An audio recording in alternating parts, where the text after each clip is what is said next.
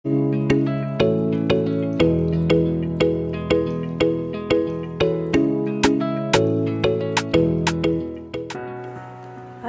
আলাইকুম। নতুন রান্নাঘর চ্যানেল থেকে সকলকে শুভেচ্ছা। আজ আমি মাটন কোফতা রেসিপি করে দেখাবো। তো এখানে আমি 1 কিলো মাটন নিয়েছি।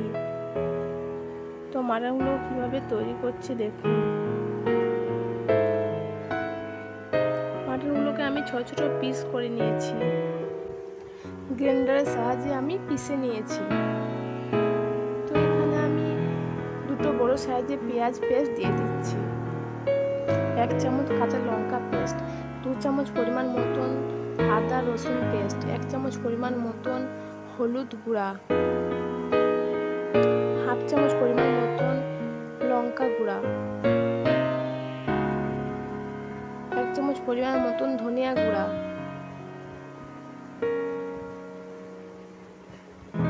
1 চামচ পরিমাণ মতন জিরে গুঁড়া,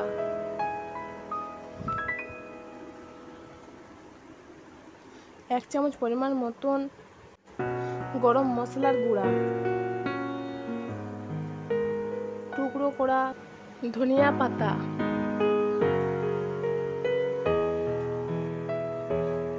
1 চামচ পরিমাণ মতন লবণ। লবণের স্বাদটা আপনারা নিজের মতন দিয়ে দেবেন। এবার আমি হাতের সাহায্যে ম্যারিনেট করে নেব। এটা আপনারা বিফ চিকেন দিয়েও একই প্রসেসে করতে পারেন। তো আমি ছোট ছোট করে লাড্ডু তৈরি করে নিচ্ছি।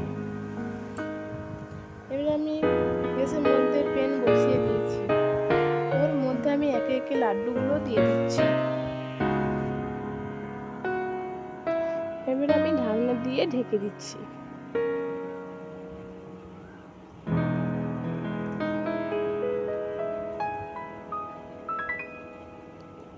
পাঁচ মিনিট পর আমি ঢাকনা খুলে দিচ্ছি। এটা লো ফ্লেমে রান্না করতে হবে। এবার আমি উল্টে দিচ্ছি। মাংস থেকে জলটা শুকিয়ে গেলে আমি একে একে তুলে নেব।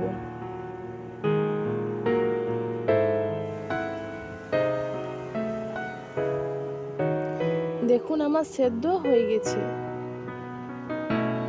গ্যাসের মধ্যে আমি অন্য একটি প্যান বসিয়ে দিয়েছি। এর মধ্যে আমি সাদা তেল ব্যবহার করছি। তেলের পরিমাণটা বেশি দিতে হবে। তেলটা গরম হয়ে আসলে ওর মধ্যে একে একে লাড্ডুগুলো আমি ছেড়ে দিব।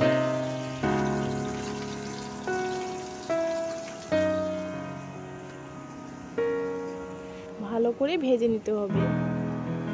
এবার হালকা করে আমি নাড়াচাড়া করে নিচ্ছি যাতে পুড়ে না যায়। তো আমার ভাজা হয়ে গেছে। এবার আমি তুলে নিচ্ছি।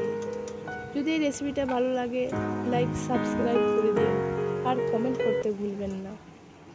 এবার আমি পরিবেশন করছি মাটন কোফতা আর সস। আমাকে সবাই সাপোর্ট করবেন।